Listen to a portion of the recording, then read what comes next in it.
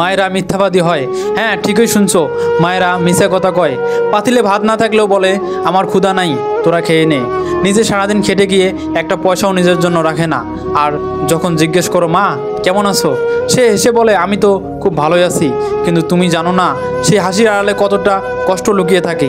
মায়েরা এমন মিথ্যাবাদী যারা সারা জীবন তোমার ভালোর জন্য নিজের সত্যগুলোকে লুকিয়ে রাখে, তোমার সুখের জন্য নিজের দুঃখগুলোকে ঢেকে রাখে, তোমার ভবিষ্যতের জন্য নিজের বর্তমানটা বিসর্জন দিয়ে দেয়।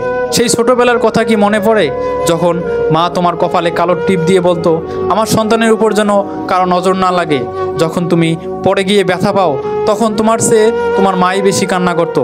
তুমি যখন রাত জেগে পড়াশোনা করছো মা চুপচাপ পাশে বসে থেকেছে। তুমি না খেয়ে থাকলে মা নিজেও কিছু খেত না।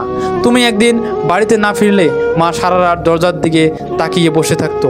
মাঝে মধ্যে এমনও হয়েছে পাশে কোনো একটা শব্দ হলেই ছুটে গেছে দরজার দিকে, ভাবছে এই বুঝি আমার ছেলে বাড়িতে এলো। কিন্তু আফসোস, আজ সেই মাকেই অনেকে বৃদ্ধাশ্রমে রেখে আসে।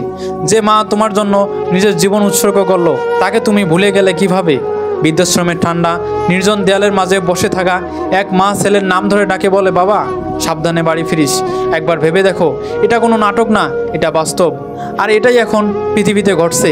ভাবা যায় একটা ছেলে বৃদ্ধাশ্রমে মাকে রেখে বাড়িতে আসার সময় তখনও তার মা বলছে সাবধানে যাস রে বাবা, রাস্তায় গাড়ি খেয়াল করিস, দেখে শুনে যাস।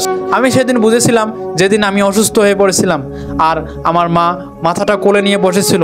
সে মুহূর্তে আমি বুঝেছি মায়ের কোলটাই পৃথিবীর সবচেয়ে বড় আশ্রয়, সবচেয়ে নিরাপদ জায়গা, সবচেয়ে নির্ভরযোগ্য ভালোবাসা। জীবন তখনই সুন্দর হয় যখন ছোটোবেলায় মা আমাকে খাইয়ে দিত, নিজে না খেয়ে আমার পাতে মাংস দিত, আমার জামা ময়লা হলে ধুয়ে দিত, ঘাম ঝরিয়ে আসা স্কুলের জামা পরদিন সুন্দর করে ইস্ত্রি করে রেখে দিত। মা কখনো অভিযোগ করে না, মা শুধু ভালোবাসে। হ্যাঁ, চুপচাপ ভালোবাসে, নিজের না পাওয়াগুলোকে মুছে ফেলে শুধু তোমার পাওয়ার জন্য। আজ আমরা ভুলে যাই সেই মাকে যে আমাদের পৃথিবীতে এনেছে। আমাদের সব প্রথমের সাক্ষী সে।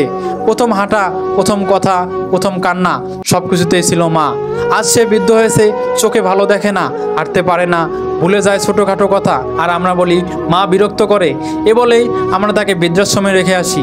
একটা কথা ভাবো, তুমি যদি বৃদ্ধা হও, তোমার সন্তান যদি তোমাকে এইভাবে ফেলে দেয় তাহলে কেমন লাগবে? জীবনে অনেক কিছুই হবে ভাই, টাকা হবে, বাড়ি হবে, নাম হবে, কিন্তু মা আর হবে না। মা একটাই, সেই তোমার পৃথিবী, সেই তোমার জীবন। মা যত বয়সী হোক না কেন তাকে কাছে রাখো, তাকে ভালোবাসো। তার কপালে হাত রেখে বলো মা তুমি আমার জন্য যা করেছো এটা কোনো কিছুর বিনিময়ে সমান হবে না বা শোধ হবে না। আজ থেকে আমি তোমার পাশে আছি সব সময়, সারা জীবনের জন্য। একবার ফিরে তাকাও তোমার সেই পিছনের ছোটোবেলার দিকে। তুমি তখন কিছুই জানতেও না, পারতেও না, তখন তোমার মাই সব কিছু শিখিয়েছে।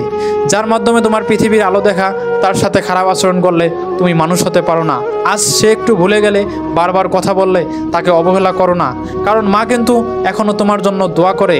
তুমি না খেয়ে থাকলে তার বুক কাঁপে, তুমি একা থাকলে সে কাঁদে।